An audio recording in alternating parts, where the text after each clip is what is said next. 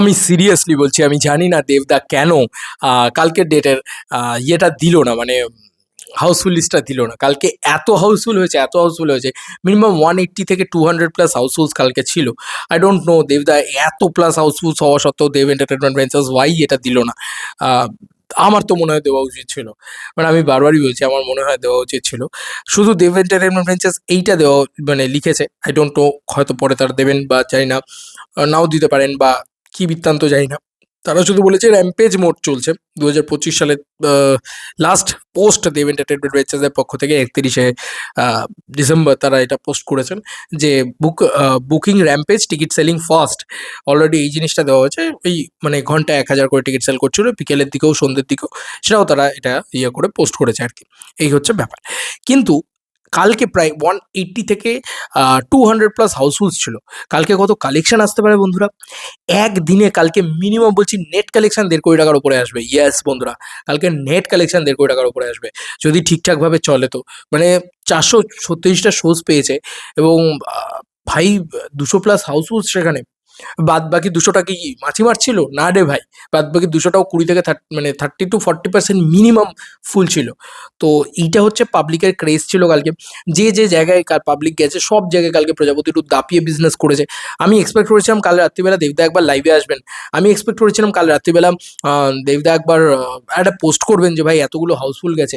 I don't know যে কালকে কেন এটা করলেন না। কালকে 31st বলে হয়তো একটা সেলিব্রেশনের মোডে ছিলাম আমরা সবাই। ঠিক আছে, মানে হ্যাপি নিউ ইয়ারের, বাট আমাদের সেলিব্রেশনটা কিন্তু প্রজাপতি 2 এখন আপাতত। তো এক্সপেক্ট করেছিলাম যে এইগুলো এগুলো অন্তত হবে, যে একটা লাইভ হোক। কারণ আমার মনে আছে প্রজাপতি 1 সেই ছবিটা 200 প্লাস হাউসফুলস কোনোদিনই হয়তো মারে। কিন্তু সেই ছবিটা 31st সময় দেবদা রাত্রিবেলা লাইভে এসে বলেছিল যে আমার অ্যামাজনের রেকর্ড ব্রেক করে দিয়েছে প্রজাপতি পার্ট 1। 1,30,000 সরি 1,30,00,000 টাকার কালেকশন একদিনে করেছে। এই কথাটা দেবদা বলেছিলেন এবং সেটা খুব ভাইরাল হওয়ার মতন একটা ব্যাপার ছিল সেই সময় লাইভে এসে। তখন আমরাও খুব আনন্দ করে সেলিব্রেট করে বিষয়টাকে নিয়ে ভিডিও তৈরি করেছিলাম অত রাত্রির বেলা হলেও। 31স্টে আমার মনে আছে। তো সেই 31স্টের দিনটা আমি এক্সপেক্ট করেছিলাম যে এবারেও 31স্টে দেবদা হয়তো এরকম কিছু একটা করবেন। তো লাইভ তো হয়নি। আর ওদিকে তোমার ইয়ে পোস্ট আসা, অ্যাটলিস্ট একটা হাউসফুল পোস্ট আসার, সেটাও হয়নি। তো আই হোপ আজকে সকালের ভিতরে বা আজকে দুপুরের ভিতরে কালকের হাউসফুল একটা আমরা জানতে পারবো, বা প্লিজ জানানো হোক, এটুকুই রিকোয়েস্ট করবো। কারণ দেখো, যখন ভালো চলছে, যদি ভালো না চলতো, না জানাতো, আমার কোনো আপত্তি ছিল না। তো যখন সত্যিই ভালো চলছে তখন আমার মনে হয় পাবলিককে একটু বলা উচিত যে বস ভালো চলছে, এসো দেখো, এত ভালো চলছে আমাদের কাছে। তো যাই হোক, আমি এটাই তোমাদেরকে বললাম যে মোটামুটি ধরেই রাখো যে 1.5 থেকে 2 কোটি টাকার একটা কালেকশন কিন্তু হয়েছে। 2 কোটি টাকার গ্রস, 1.5 কোটি টাকার নেট। এটা আমার একটা প্রেডিকশন মতন, একদম মানে ফাঁকা প্রেডিকশনের মতন। তো যদি তুমি আমাকে জোর করে মানে মানে পুরো সবকিছু টোটাল করে বলো যে কত টাকার কালেকশন হয়েছে না হয়েছে। বাই দ্য ওয়ে, আমি ভিডিওটা যখন বানাচ্ছি তখন বলেই দিই যে অলরেডি 1 ঘন্টায় টিকিট সেলটা শুরু হয়ে গিয়েছে। আমি যখন ঘড়িতে ভিডিওটা বানাচ্ছি আমি হয়তো 1-1.5 ঘন্টা বাদে ভিডিওটা রিলিজ করব। বাট তারপরেও তোমাদেরকে এখন বলে দিচ্ছি, ইতিমধ্যেই কিন্তু ঘন্টায় টিকিট সেল শুরু বুক মাই শোতে। তো এগুলো হওয়ার পরেও যদি দেবদা না জানান, মানে আমি জানি না, এগুলো আরেকটু বেশি অ্যাক্টিভলি আমার মনে হয় ওই প্রমোশনটার দরকার আছে, ওই জায়গাটার দরকার আছে। এই দেখো ঘন্টায় টিকিট সেল শুরু হয়ে গেছে, 1 জানুয়ারির ঘন্টায় টিকিট সেল শুরু। এবং আজকে আবার বলছি 220টা প্লাস হাউসফুলস মারবে। আজকের রেসপন্সটা দেখো জাস্ট। আমি না হয় পরবর্তীকালে রেসপন্স নিয়ে একটা ভিডিও তৈরি করব, সেখানে তোমাদেরকে সেগুলো শেয়ার করব।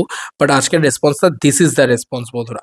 1 জানুয়ারি ইজ ব্যাঙ্গার রেসপন্স। আমি এক্সপেক্ট করবো আজ রাত্রিবেলা দেবদা খাদান 2 অ্যানাউন্সমেন্ট করার পরে দেবদা একবার লাইভে আসবেন এবং রাত্রিবেলা সব কিছু ক্লিয়ার করবেন। খাদান 2, বাইক অ্যাম্বুলেন্স দাদা, এবং যেহেতু আজকে 1 জানুয়ারি, সেহেতু প্রজাপতি 2 যে রেসপন্স, সেই সব কিছু নিয়ে দেবদা একটুখানি কথা বলবেন, সুবিধা হয় তাতে। এবং আমরা একটু পাই তাতে, আমরা একটু সেলিব্রেট করতে পারি তাতে, আরও বেটার হয় তাতে। দেবদার নিজের মুখের কথা শুনতে চাই আমরা। হ্যাঁ, এবার যেটা বলছিলাম সেটা হচ্ছে যে এরকম যদি নাম্বারস জেনারেট করতে থাকে, তাহলে প্রতিদিন যে যে বক্স অফিসটা আসছে বা যে জায়গাটা, যে চার্টারটা তৈরি হচ্ছে, যে লেভেলে পাবলিক বেরোচ্ছে, গাঁথিয়ে পাবলিক বেরোচ্ছে ভাই, সিরিয়াসলি বলছি। মানে সব জায়গা ফুল, সব জায়গা ফুল, তোমাদের দেখাচ্ছে, দেখতেই পাচ্ছ। মানে চারিদিকে শুধুমাত্র হাউসফুল আর হাউসফুল।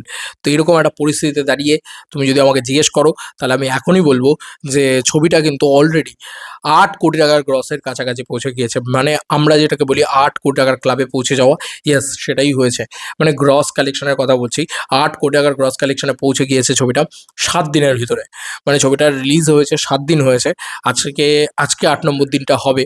আর 8 নম্বর দিন কি মনে হচ্ছে 10 কোটি টাকার উপরে চলে যাবে না? আমার তো তাই মনে হচ্ছে, কারণ আজকে যে লেভেলের হাউসফুল আছে, অন্তত বুক মাই শো বলছে সকাল 10টা 43 এখনই যদি ঘন্টায় টিকিট সেল শুরু করে দেয়, তাহলে তুমি বুঝতেই পারছো যে আজকে ভাই 220টা হাউসফুল মারবে।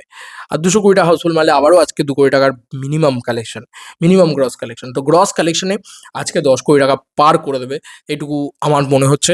এবার বাদ বাকি জানি না। এবার প্লিজ আমি রিকোয়েস্ট করবো প্রোডাকশন যেন একটু জানায়, যে প্রোডাকশন যেন একটু বলে যে ভাই এতগুলো হাউসফুল গেছে, এটা তো বলো অন্তত প্লিজ।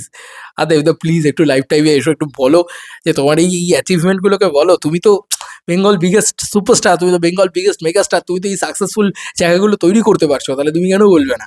তাই না? পাবলিককে তো জানানো দরকার, পাবলিক তো তোমার মুখ থেকে শুনতে চায়। চলো বন্ধুরা, নতুন কোনো ভিডিওতে দেখা হবে ভাই। এবং কে কি বললো তাতে কিছু যায় আসে না, দেবদা কি বললো সেটাই সব থেকে বড় ইম্পর্টেন্ট থিং, তাই তো? বাই।